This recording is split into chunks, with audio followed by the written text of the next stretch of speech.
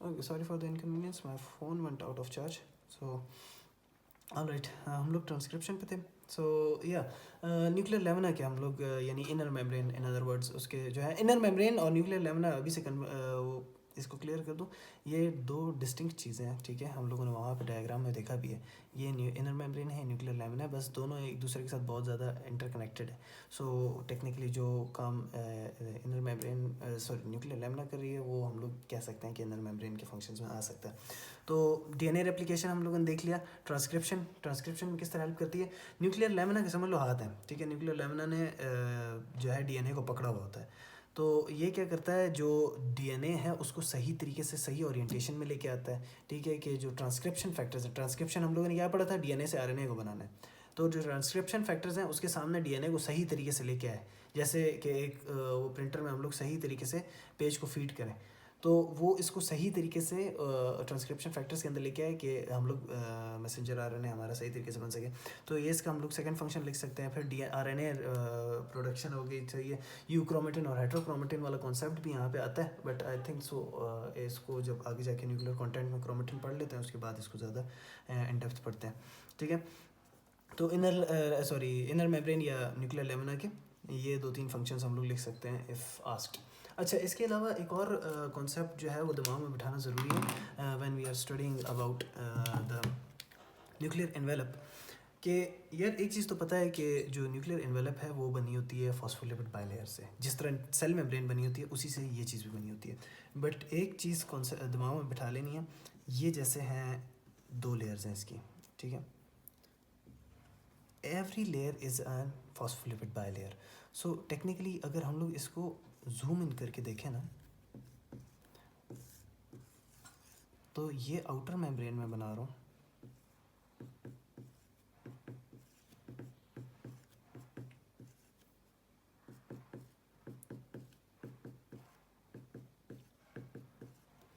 It is lipid bilayer, और ये फिर मैं इनर मेम्ब्रेन बना रहा हूँ।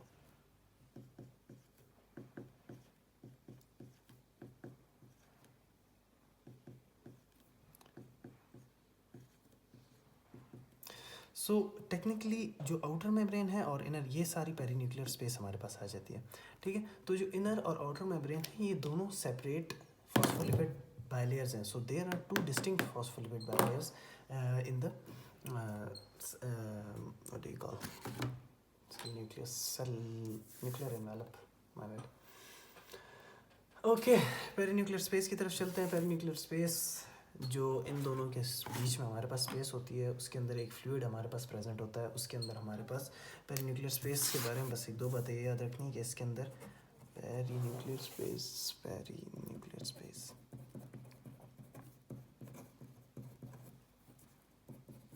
इसके अंदर हमारे पास आयन्स होते हैं, ठीक है। जो इसके अंदर फ्लूइड प्रेजेंट होता है, ठीक है। इसके अंदर हमारे पास मुख्तलिफ़ किस्म के प्रोटीन्स होते हैं, इसके अंदर हमारे पास और भी बहुत सारे मॉलिक्यूल्स होते हैं, ठीक है। क्यों होते हैं? अभी अभी मैंने पहले बताया कि जो हमारा आउटर मेम्ब्रेन है वो कॉन्टीन्यूस है। ये अगर मैं दोबारा से मैं न्यूक्लियस बना देता हूँ, ये इनर मेम्ब्रेन हो गई, ये आउटर मेम्ब्रेन हो गई। हमने पढ़ा कि जो आउटर मेम्ब्रेन है वो कॉन्टीन्यूस है आर के साथ, ठीक है, रफ एंडोप्लाज्मिक रेटिकुलम के साथ। तो इसका ल्यूमेन मतलब इसका ये जो इनर साइड है, ये अगर नोट करें तो ये इसके साथ कॉन्टीन्यूस बन रहा है। सो जो पेरीन्यूक्लियर स्पेस है टेक्निकली इस ये जो कॉन्टीन्यूटी होती है इसको सपोर्ट करने के लिए होता है, ठीक है। और इसके अलावा इन दोनों के बीच में जो फ्लेक्सिबिलिटी वगैरह होती है उसको भी ये सपोर्ट कर रहा है, जो इनर और आउटर मेम्ब्रेन होता है। जिस तरह हमारे हार्ट में जो दो लेयर्स होती हैं उसके अंदर जो फ्लूइड होता है वो फ्रिक्शन कम करता है, तो इसी तरह इसका भी काफ़ी सारा फंक्शन इसी तरह का सेम ही होता है।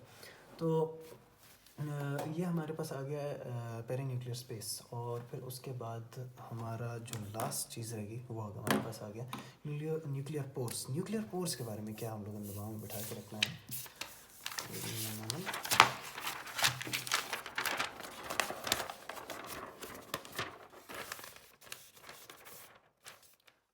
न्यूक्लियर पोर्स के बारे में हम लोगों ने क्या चीज़ें दिमाग में रखनी है?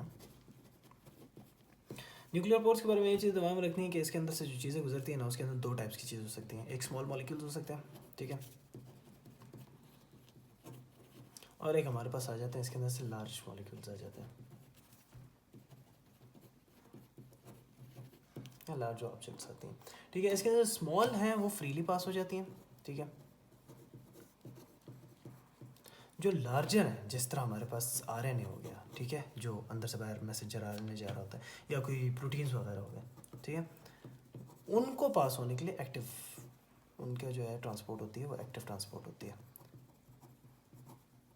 ठीक है। तो अगर हम लोग कोई आयंस वगैरह पास कर रहे हैं तो वो न्यूक्लियर पोर्स में फ्रीली पास हो जाएंगे, मतलब उसको पास होने के लिए किसी चीज़ की ज़रूरत नहीं पड़ेगी।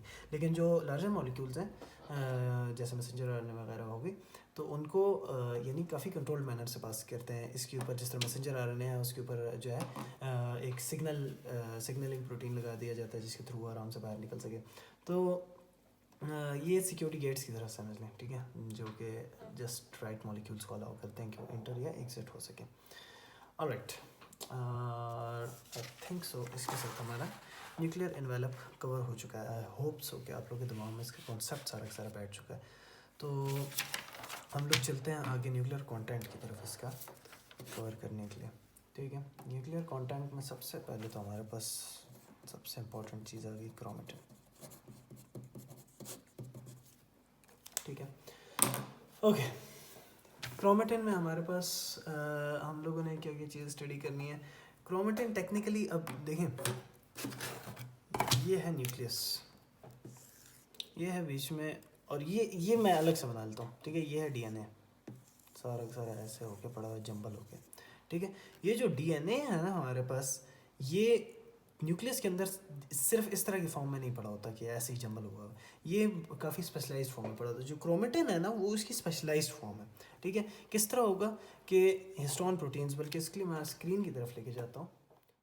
अच्छा, ये है हमारे पास जो क्रोमेटिन है वो इस फॉर्म में मौजूद होता है। ये जो हमारे पास प्रोटीन्स देख रहे हैं, ये हिस्टोन्स जो लिखा हुआ है, ये हमारे पास स्पेशलाइज्ड प्रोटीन्स होते हैं जो कि प्रेजेंट होते हैं हमारे न्यूक्लियस में। जो डीएनए की तार है वो इनके ऊपर रोल होती है और एक स्पेशलाइज्ड फॉर्म में रोल होती है। किस तरह से कि ये एक ऑक्टोमर बनाता है, ये 1 2 3 4, और पीछे की साइड पे भी, give me a moment. Okay, so जो हिस्टोन है वो किस तरह से प्रेजेंट होते हैं, वो एक ऑक्टोमर की फॉर्म में प्रेजेंट होते हैं।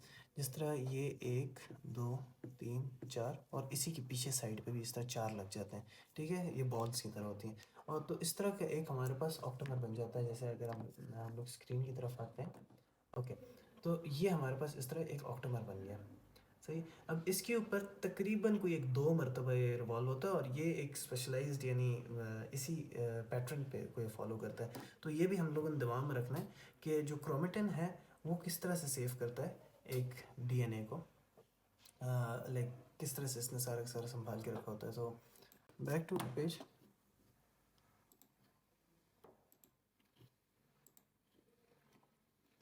Okay, so back to very good. Chromatin क्या हो गया हमारे पास। क्रोमेटिन को अगर हम लोग देखें तो क्रोमेटिन एक्चुअली डीएनए कंबाइंड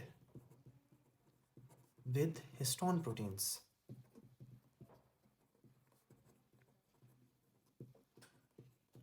ठीक है। और इसका क्या हम लोग अगर और इन डेप्थ इसके बारे में लिखना चाहते हैं तो 2 मीटर हमारे पास लंबा होता है डीएनए, ठीक है। इसको किस तरह से हम लोगों ने फिट करना होता है टाइनी से न्यूक्लियस में, वो हम लोग क्या करते हैं, हिस्टोन प्रोटीन को लेंगे एज अ कोर। क्या होगा, 8 हिस्टोन प्रोटीन्स एक ऑक्टेमर बनाएंगे, ठीक है, जिसके ऊपर डीएनए अबाउट, याद रखना, अबाउट 2 टाइम्स, पूरा नहीं, अबाउट 2 टाइम्स रैप करेगा, ठीक है। और इस तरह से हमारे पास डीएनए एक क्रोमेटिन के फॉर्म में सेव होता है। अब इसके अंदर एक 2 और फैक्ट्स हम लोगों ने याद रखना है। जो हिस्टोन है वो एक पॉजिटिवली चार्ज प्रोटीन है, ऑलराइट। जब ये एक पॉजिटिवली चार्ज प्रोटीन है तो हम लोगों को एक चीज़ और दिमाग में रखनी होगी, काफ़ी ज़्यादा लोगों को पता होगा डीएनए हमेशा नेगेटिवली चार्ज होता है, ठीक है। जब डीएनए नेगेटिवली चार्ज है, हिस्टोन पॉजिटिवली चार्ज है, इससे क्या होगा, तो आपस में चिपक जाएंगे, ठीक है। जब ये चिपके होंगे तो और ज़्यादा टाइटली बाइंड रहेगा और क्रोमेटिन ज़्यादा अच्छा फंक्शन कर सकेगा। फिर इसके अलावा हमारे पास इसके अंदर और भी ज़्यादा काफ़ी सारे प्रोटीन्स आ जाते हैं, बट वो इतने ज़्यादा इंपॉर्टेंट है भी नहीं, और वो लाइक बीएस के लेवल पे बंदा जाके पढ़ता है, so not that much important. फिर इसके अलावा क्रोमेटिन जो है उसका, और हमारे पास डीएनए रेप्लिकेशन में उसका रोल आ जाता है। ठीक है, अगर हम लोग इसका कहीं ज़्यादा इन डेप्थ देखना चाह रहे हैं कहीं पे, तो डीएनए रेप्लिकेशन में भी इसका रेप्लिकेशन में भी क्रोमेटिन का रोल आ जाता है हमारे पास, और ट्रांसक्रिप्शन में भी इसका रोल है। ट्रांसक्रिप्शन में भी इसका हम लोग रोल लिख सकते हैं, और जीन रेगुलेशन में तो ऑब्वियस सी बात है, रेगुलेशन। इन दो तीन चीज़ों में हम लोग इसका रोल क्रोमेटिन का लिख सकते हैं। ठीक है, अब क्या होता है क्रोमेटिन, हम लोगों ने क्या देखा कि जो है ये इसको अपने साथ टाइटली पैक कर देता है। अगर ये इतना ज़्यादा ऐसे टाइटली पैक कर देगा जैसे दो पेजेस आपस में बुक के चिपक जाते हैं, तो वो क्या बन जाएगा, हेट्रोक्रोमेटिन। हेट्रोक्रोमेटिन, ठीक है, और यही थोड़ा लूज होगा तो वो क्या बन जाएगा, यूक्रोमेटिन। तो क्रोमेटिन की हम लोगों ने दो फॉर्म्स देख ली। क्या क्या फॉर्म हो गई, एक हेट्रो आ गई और एक यू क्रोमेटिन आ गई। अब हेट्रो और यू क्रोमेटिन बनता कैसे है, ठीक है, उसका, बल्कि उसके बनने से पहले इसका स्पेसिफिकेशंस देख लेते हैं। जो हेट्रोक्रोमेटिन है वो हमारे पास आ जाता है टाइटली पैक्ड, और जो यू क्रोमेटिन है वो लूजली पैक्ड हो जाता है। ठीक है, जब लूजली पैक्ड है तो ये एक्टिव है, और ये टाइट है तो ये नॉन एक्टिव हो गया हमारे पास, क्योंकि ये पढ़ा जा सकता है और ये नहीं पढ़ा जा सकता। मतलब मेरी स्किन के सेल में जो यू क्रोमेटिन है वो वाला डीएनए का पार्ट है जो स्किन बना रहा है, और मेरी आई के सेल में वो जो यू क्रोमेटिन है वो वाला पार्ट है जो मेरे आई के सेल्स बना रहा है। ठीक है, अब ये बनते कैसे हैं, जो हेट्रोक्रोमेटिन है वो लूज सॉरी वो टाइट इस तरह से हो जाता है कि इसका एक प्रोसेस होता है, हम लोग जिसे कहते हैं मिथाइलेशन। आप लोगों ने केमिस्ट्री में पढ़ा होगा, मिथाइल क्या होता है, CH3। ठीक है, मिथाइलेशन में क्या होता है, एक CH3 का ग्रुप आता है और डीएनए के साथ चिपक जाता है।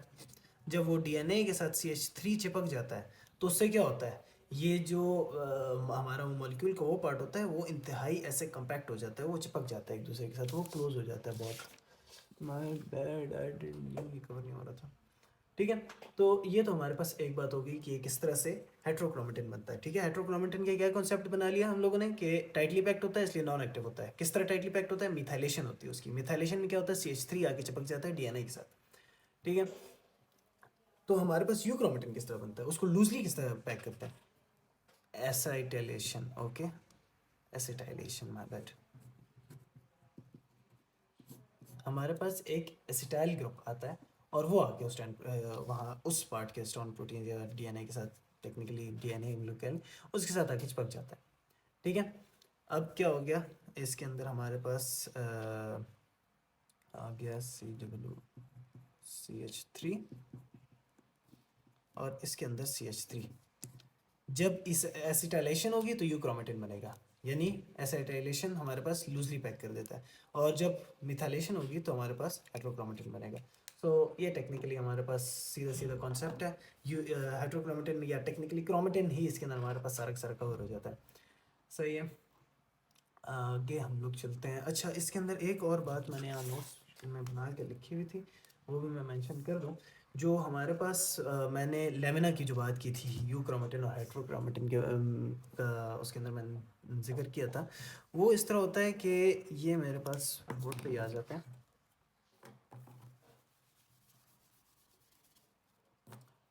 ये मेरे पास है इनर मेम्ब्रेन, ये हमारे पास उसके ऊपर लेमिना है। चलो लेमिना को भी ऐसे ही बना लेते हैं। ठीक है, ये सारा का सारा समझ लो एक क्रोमेटिन घूम रहा है इसके अंदर। ये जो इसके अंदर ये साइड है ना, ये साइड है, ये जो है इसको इस तरह से हाथ से पकड़ लेता है, ये मोस्टली हेट्रोक्रोमेटिन होता है। ठीक है, तो जो हेट्रोक्रोमेटिन है ये इसको ज़रा पीछे रखता है अपनी तरफ, जो यू क्रोमेटिन है उसको आगे कर लेता है।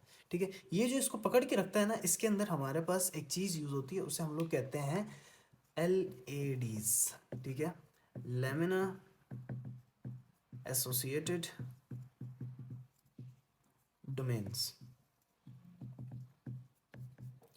एलईडीज आप लोग दिमाग में याद रखें, इसका बहुत लंबा कॉन्सेप्ट है आगे, लेकिन बस फिलहाल एलईडीज ही दिमाग में बना के रखो कि ये जो लेमिना है उसके अंदर एलईडीज होते हैं, ठीक है, जिसका काम क्या होता है, हेट्रोक्रोमेटिन को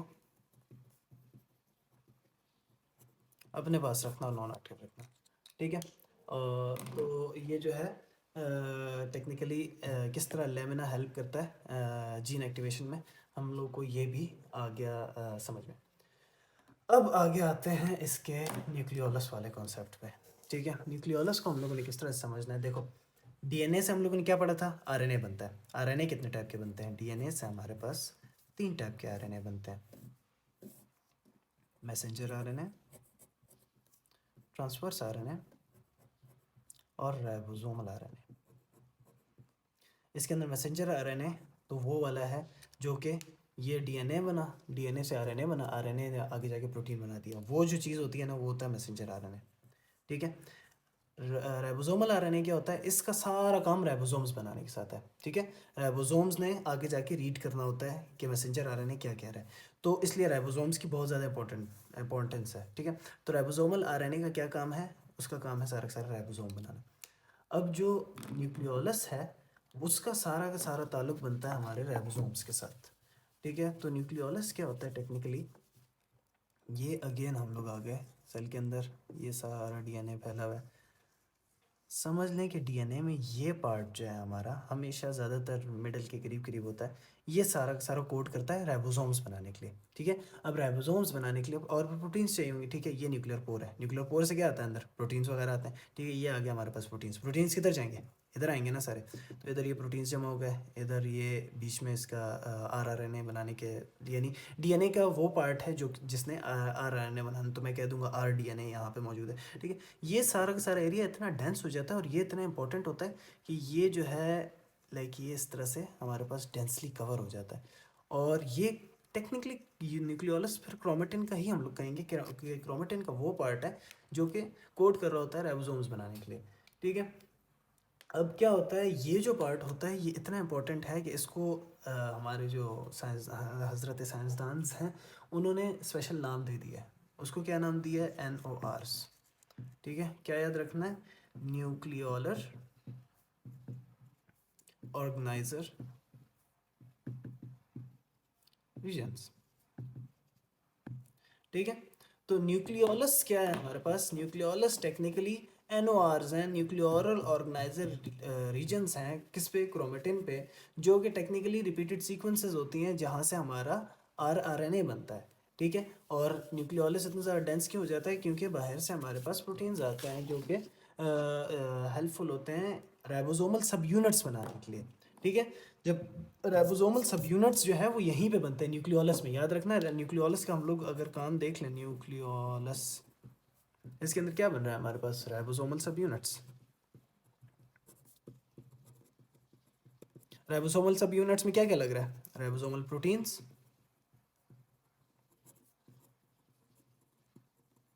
और RNA,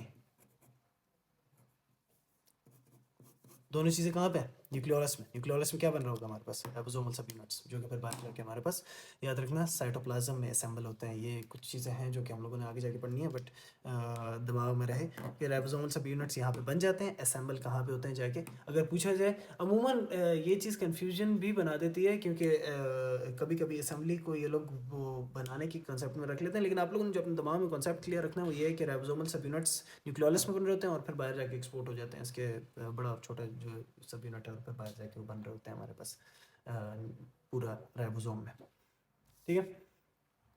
ओके, आगे चलते हैं, हमारे पास ये भी कवर हो गया, ये भी कवर हो गया, न्यूक्लियोलस। अच्छा जी, न्यूक्लियोलस की एक और स्पेशलाइजेशन भी है जो मैंने यहाँ पे लिखी हुई है, वो आप लोग भी अपने दिमाग में रख लो यार।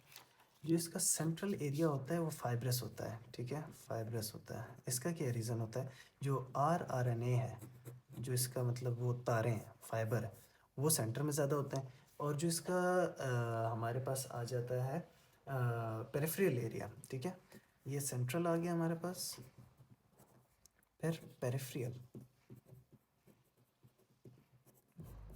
वो जो एरिया होता है वो थोड़ा ग्रेन्युलर होता है। तो अगर हम लोग न्यूक्लियोलस, जस्ट न्यूक्लियोलस को इन डेप्थ देखते हैं, तो अगर ये न्यूक्लियोलस है तो ये बीच में जो है ये फाइब्रस है, और इधर साइड पे जो है इसके प्रोटीन्स वगैरह होता है, तो ये ग्रैन्युलर है, ठीक है, ग्रेन्स से निकला ग्रैन्युलर। तो ये चीज़ भी दिमाग में बिठा के रख लें, ठीक है। और इसके साथ न्यूक्लियोलस हो गया हमारे पास ख़त्म। अब आ जाते हैं लास्ट चीज़ पे, क्या है, न्यूक्लियोप्लाज्म।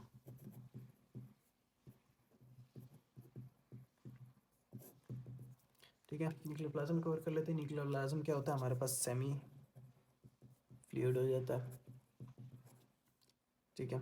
और ये मैंने पहले भी जिक्र किया था, इसको इस तरह समझ लें जैसे न्यूक्लियस का साइटोप्लाज्म है, ठीक है। अब इसके अंदर सेमी फ्लूइड है, सिर्फ पानी नहीं है, ठीक है, बहुत सारी चीज़ें हैं इसके अंदर। पहली चीज़ जो हम लोगों को दिमाग में रखनी है, इसके अंदर हम लोग ले लेते हैं फ्री न्यूक्लियोटाइड्स, उठा लो।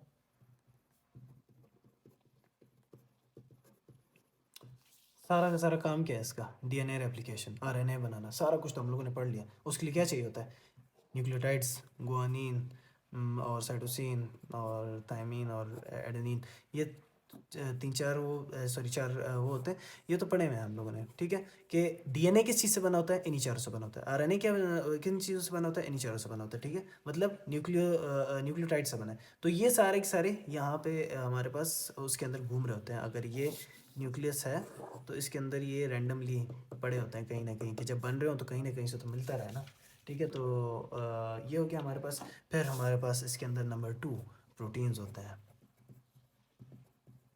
ठीक है। प्रोटीन्स हमारे पास डिफरेंट टाइप के होते हैं, सबसे इंपॉर्टेंट हिस्टोन प्रोटीन्स होते हैं, ठीक है, सॉरी।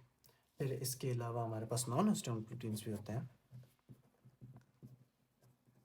ठीक है। नॉन हिस्टोन प्रोटीन्स में हम लोग अगर कुछ एग्जांपल्स लिखना चाहें तो डीएनए पॉलीमरेज हो गया। ये जब डीएनए रेप्लिकेशन पढ़ेंगे तो उसके अंदर बहुत इन डेप्थ इन चीज़ों को पढ़ना होगा, बट फिलहाल ये याद रखना डीएनए पॉलीमरेज का क्या काम है, डीएनए रेप्लिकेशन। जब नया सेल बन रहा होगा ना, तो डीएनए, ज़ाहिर बात है इसका तो पता है ना, डीएनए रेप्लिकेट करता है, 2 डीएनए बनते हैं, फिर वो डॉटर सेल्स में जाते हैं, तो उसके अंदर डीएनए पॉलीमरेज लगता है। फिर जब आरएनए बनाना होता है, जो ट्रांसक्रिप्शन वाला हम लोगों ने पढ़ा था, उसके अंदर आरएनए पॉलीमरेज लग जाता है, ठीक है। इसके अलावा ट्रांसक्रिप्शन फैक्टर्स की मैंने बात की थी, ठीक है, वो भी इसके अंदर हेल्प करते हैं, ठीक है। तो ये कुछ प्रोटीन्स हैं जो कि हेल्प करते हैं हमारे उसमें फंक्शन में। तो न्यूक्लियोप्लाज्म में कुछ प्रोटीन्स प्रेजेंट करते हैं जो कि दिमाग में रखें आप लोग। और फिर इसके बाद एंड पे इसके अंदर और क्या होगा, आयंस, आयंस को पढ़ लेते हैं, ठीक है। तो आयंस आ जाते हैं हमारे पास। ये 3 चीज़ें बहुत है हमारे इस लेवल पे। तो आयंस में कुछ एग्जांपल्स उठा लेते हैं, जैसे मैग्नीशियम ले लेते हैं। तो मैग्नीशियम, मैग्नीशियम आयन, अगर मैग्नीशियम आयन का पूछा जाए, ये बहुत मेन आयंस का मैं जिक्र कर रहा हूँ। मैग्नीशियम हो गया, फिर कैल्शियम का हो गया, ठीक है, कैल्शियम आयन हो गया, पोटाशियम आयन हो गया। ये बहुत मेन है, ये तो ऐसे हैं कि बस पढ़ते पढ़ते बंदों को याद ही हो जाते हैं। तो ये कुछ ऐसे आयन्स होते हैं जो कि जिनका फंक्शंस याद कर ले तो अच्छा है। मैग्नीशियम आयन का क्या काम होता है, ये जब डीएनए के न्यूक्लियोटाइड्स होते हैं, ठीक है, उनको आके लगना होता है। न्यूक्लियोटाइड सारे के सारे नेगेटिवली हैं, वो हैं, जब नेगेटिव नेगेटिव पोल आपस में आएंगे तो वो ज़ाहिरी बात है एक दूसरे को रिपेल करेंगे, ठीक है। तो उसके अंदर क्या चीज़ हेल्प करती है, उसके अंदर मैग्नीशियम हेल्प करता है, ठीक है। मैग्नीशियम जो है वो स्टेबलाइज करने के लिए हेल्प करता है, स्टेबलाइजेस नेगेटिव चार्जेस, ठीक है। फिर ऑन डीएनए कह लें, सही है। फिर उसके बाद कैल्शियम आता है। अगर ये जो है कैल्शियम का रोल बहुत इन डेप्थ पढ़ा जा सकता है, तो इसको बस ना दिमाग में इतना बना के रखना है कि ये सिग्नलिंग के लिए यूज़ होता है, ठीक है।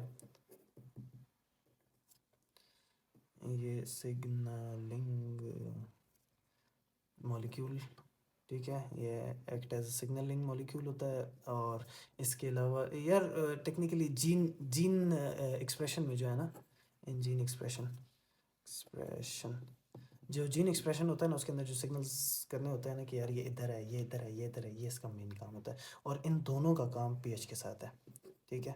ये पीएच मेंटेन करते हैं। कितना 17 मिनट्स, गुड, अच्छा जी। तो आई थिंक सो सारा सारी हम लोगों ने कवर कर लिया है इसके साथ, अपना न्यूक्लियस और आई होप अगर कोई नूबड़ा उठ के आया था न्यूक्लियस पढ़ने के लिए तो वो अभी मास्टर बन चुका होगा न्यूक्लियस का। सो या that's all about nucleus. And next topic हम लोग इंशाल्लाह इसका एंडो मेम्ब्रेन सिस्टम का कवर करेंगे। So thank you.